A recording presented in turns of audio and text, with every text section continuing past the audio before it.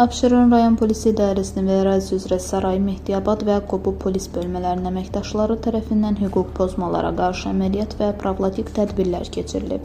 Narkotiklərin qanunsuz dövriyyəsinə qarşı keçirilən əməliyyatlar zamanı 7 fakt aşkarlanıb. Mülkiyyət əleyhinə və digər səbəblərdən axtarışda olan 36 nəfər saxlanılıb. İsti izlərlə 37 cinayətin üstü açılıb. Qanunsuz küçə ticarəti, avaralıq və dilənçilik ilə bağlı 136, xırda xuliqanlıq və kibertalamalarla əlaqədar 43 fakt aşkarlanıb. Həmçinin Abşeron rayonunda aparılan profilaktik tədbirlərlə vətəndaşlarda olan odlu silah-sursatlar könüllü polisə təhvil verilib.